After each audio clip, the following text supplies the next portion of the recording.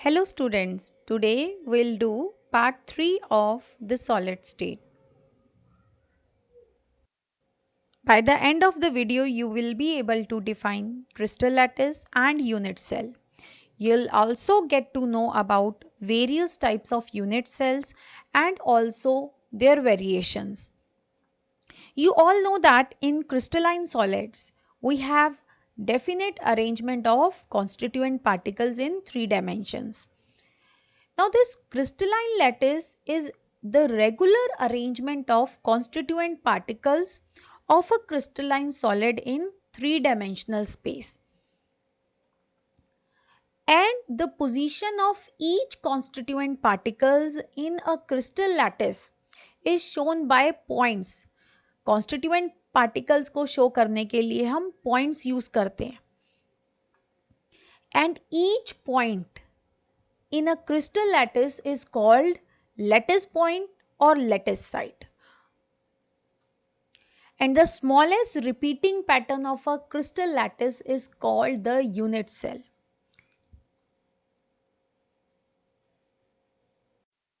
Crystal lattice and unit cell को समझने के लिए मैं एक पैटर्न लेती हूँ. ये एक रेगुलर पैटर्न है. ये जो पैटर्न है इसमें अगर आप नोटिस करेंगे ये जो बर्ड है, ये जो छोटा सा पैटर्न है ये बार बार रिपीट होता है. और ये जो छोटा पैटर्न जो बार बार रिपीट होता है ताकि मुझे ये पूरा का पूरा बड़ा वाला पैटर्न मिले, तो इस छोटे पैटर्न को हम बोलते हैं यूनिट सेल. और ये जो पूरा पैटर्न हमने लिया है this is the crystal lattice.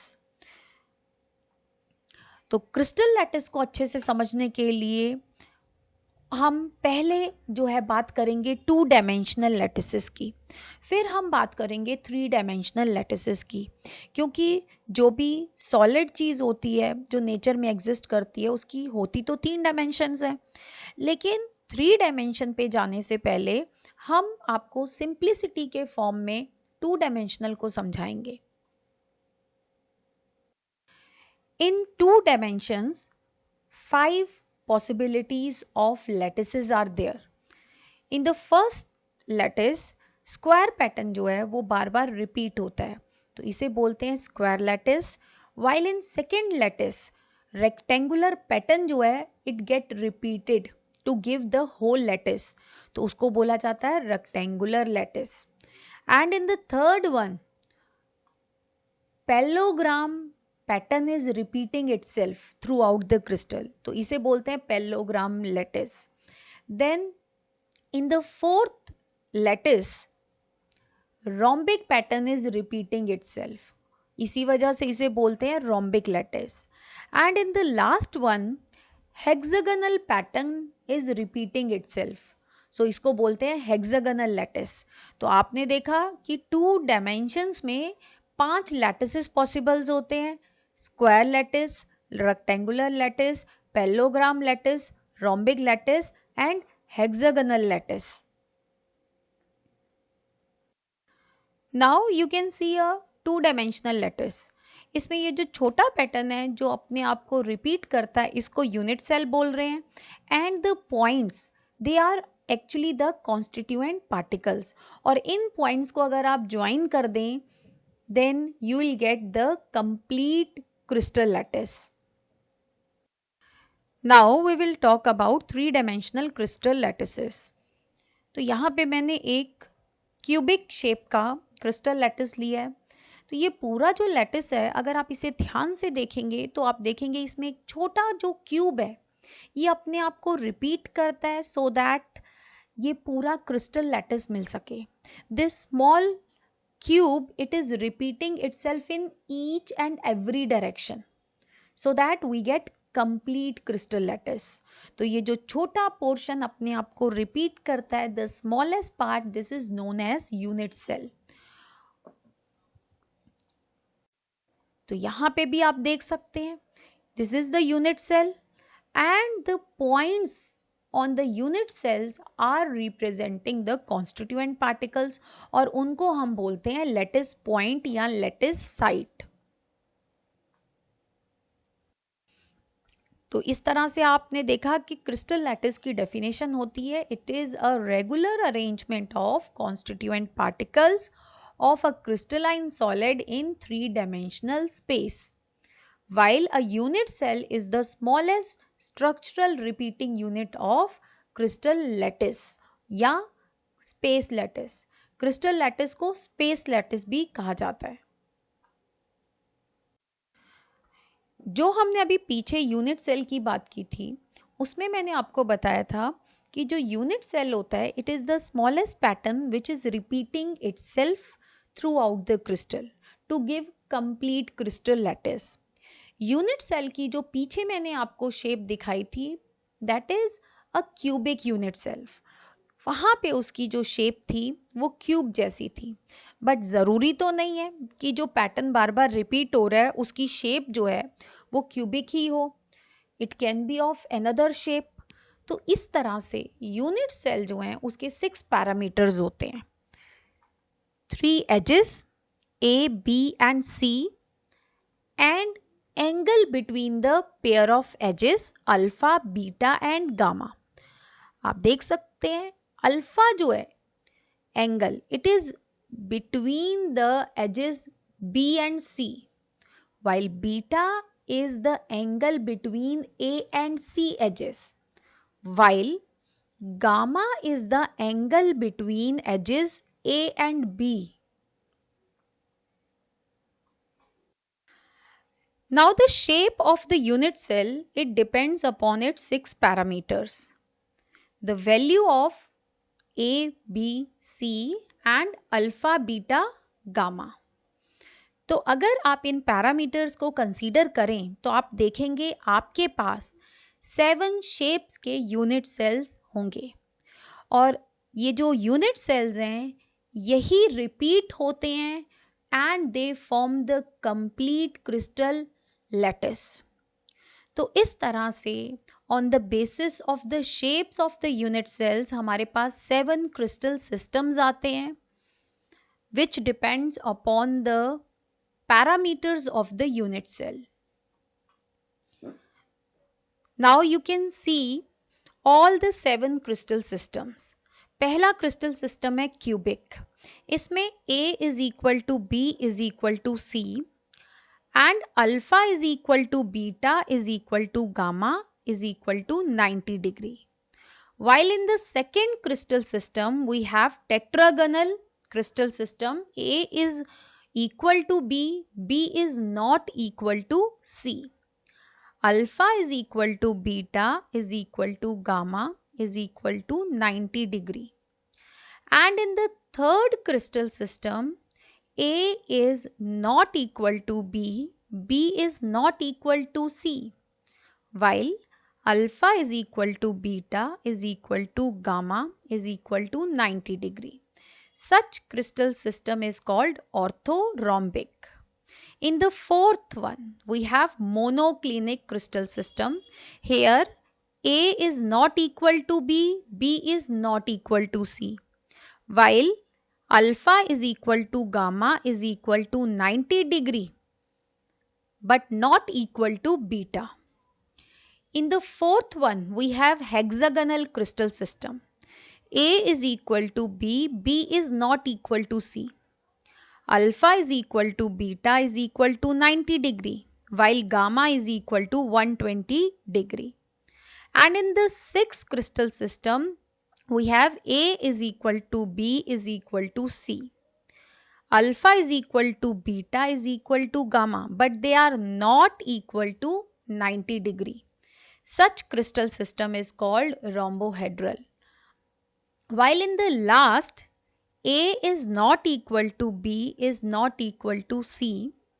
Also, alpha is not equal to beta, not equal to gamma, not equal to 90 degree. Such crystal system is called triclinic.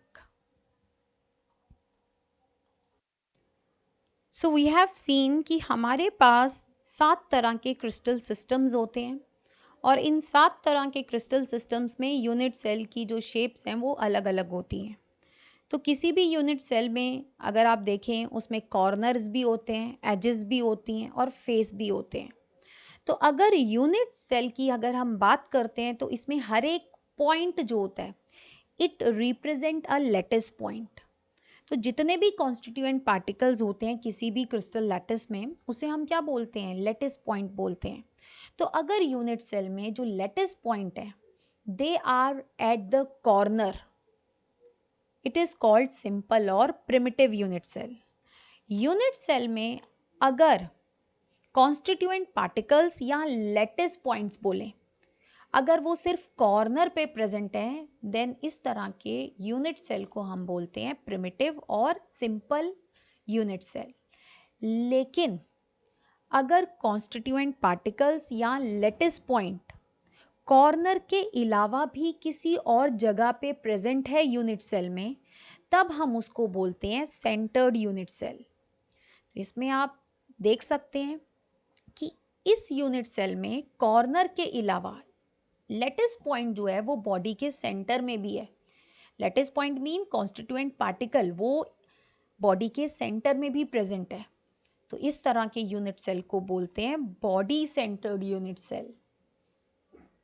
और नेक्स्ट यूनिट सेल में आप देख सकते हैं कि कॉर्नर के अलावा मीन कॉर्नर पे तो लैटिस पॉइंट्स हैं ही, कॉर्नर पे कॉन्स्टिट्यूएंट पार्टिकल्स प्रेजेंट हैं, लेकिन इसके अलावा constituent particles are also present at the 6 faces.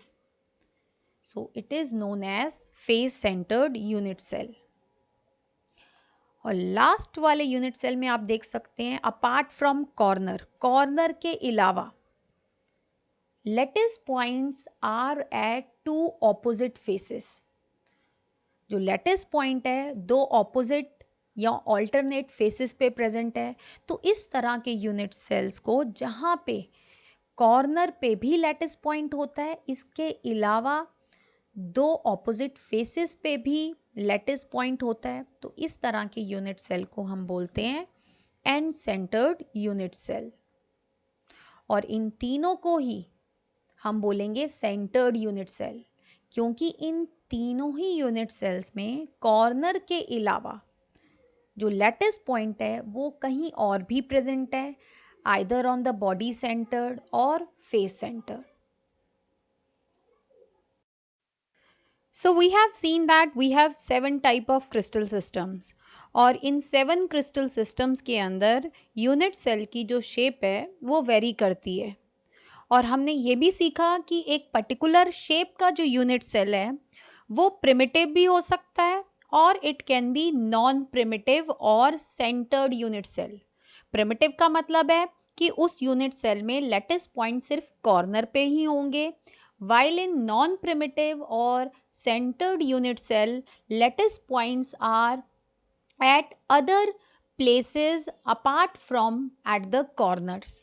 तो इस तरह से अगर आप इन 7 तरह के यूनिट सेल्स की बात करें और उनमें फर्दर देखें कि प्रिमिटिव कितने हैं और नॉन प्रिमिटिव कितने लैटिसेस बनेंगे, तो इन टोटल हमारे पास 14 ब्रेवियस लैटिसेस होते हैं। आप देख सकते हैं कि जो क्यूबिक यूनिट सेल होता है उसमें हमारे पास 3 पॉसिबिलिटीज हैं, प्रिमिटिव यूनिट सेल की, बॉडी सेंटर्ड की एंड फेस सेंटर्ड की। वाइल जो टेट्रागनल है उसमें सिर्फ 2 ही तरह के यूनिट सेल्स पाए जाते हैं, एक है प्रिमिटिव और एक है बॉडी सेंटर्ड। बाकी तरह के ऑब्जर्व नहीं किए गए, वो एग्जिस्ट नहीं करते थे। देन आता है हेक्सागोनल। हेक्सागोनल में सिर्फ प्रिमिटिव यूनिट सेल देखने को मिलता है, वाइल इन ऑर्थोरोम्बिक हमें प्रिमिटिव भी मिल जाएगा यूनिट सेल, बॉडी सेंटर्ड भी मिलता है, फेस सेंटर्ड भी मिलता है और एंड सेंटर्ड भी मिलता है। While in monoclinic we have primitive unit cell and end-centered unit cell, while in trigonal only primitive type of unit cells are possible, and in triclinic crystal system also only primitive unit cell possible। तो इस तरह से in total हमारे पास 14 brevious lattices होती हैं and we have 7 crystal system। Now we will summarise whatever we have done. तो हमने देखा कि हमारे पास 7 क्रिस्टल सिस्टम्स होते हैं, cubic, tetragonal, orthorhombic, hexagonal, rhombohedral और ट्राइगोनल, मोनोक्लिनिक एंड ट्राइक्लिनिक। और इन 7 क्रिस्टल सिस्टम्स में फर्दर वेरिएशंस होती हैं depending upon primitive unit cell and non primitive unit cell. तो अगर आप क्यूबिक क्रिस्टल सिस्टम की बात करें तो उसमें primitive, body centred and face centre, these 3 types of unit cells are possible.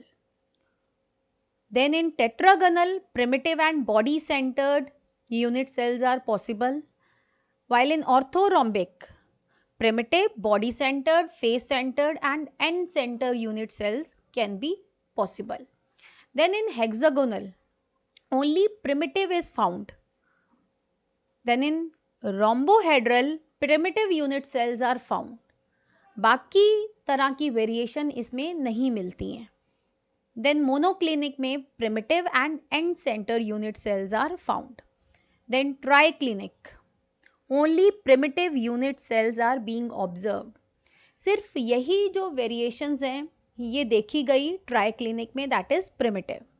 तो इस तरह से टोटल जो पॉसिबल वेरिएशंस हो जाती हैं वो है हमारे पास 14 Bravais lattices and 7 types of crystal systems. ये जो टेबल है ये एनसीईआरटी में दिया गया है, तो इसमें एग्जाम्पल्स भी दिए गए हैं कि कौन से सॉलिड्स क्यूबिक क्रिस्टल सिस्टम बनाते हैं या कौन से टेट्रागोनल बनाते हैं, कौन से ऑर्थोरोम्बिक बनाते हैं। तो अगर आप पहले क्यूबिक की बात करें, then NaCl, zinc blende and copper, they form cubic crystal system. While जो वाइट टिन है and SnO2, TiO2 and calcium sulfate, all these they belongs to tetragonal crystal system. And orthorhombic and KNO3 and barium sulfate, they belong to orthorhombic crystal system. और hexagonal system के examples आते हैं graphite, zinc oxide and cadmium sulphide. While rhombohedral crystal system के examples हैं calcite and cinnabar.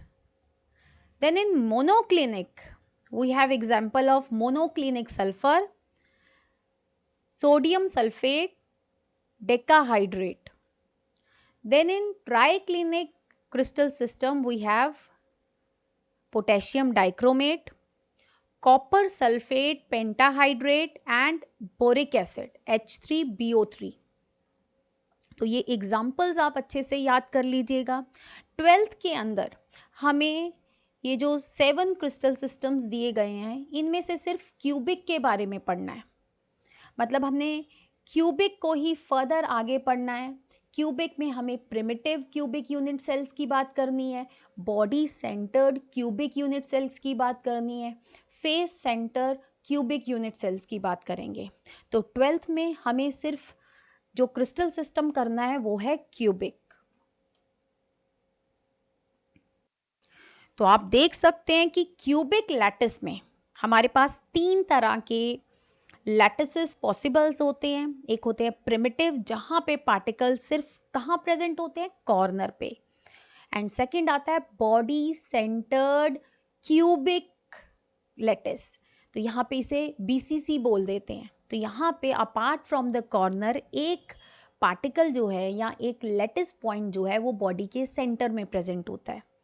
And FCC mean face centre cubic lattice, तो इसके अंदर corner के अलावा जो क्यूब के 6 फेसेस होते हैं वहां पे भी लैटिस पॉइंट होते हैं, तो इसलिए इसे FCC बोलते हैं।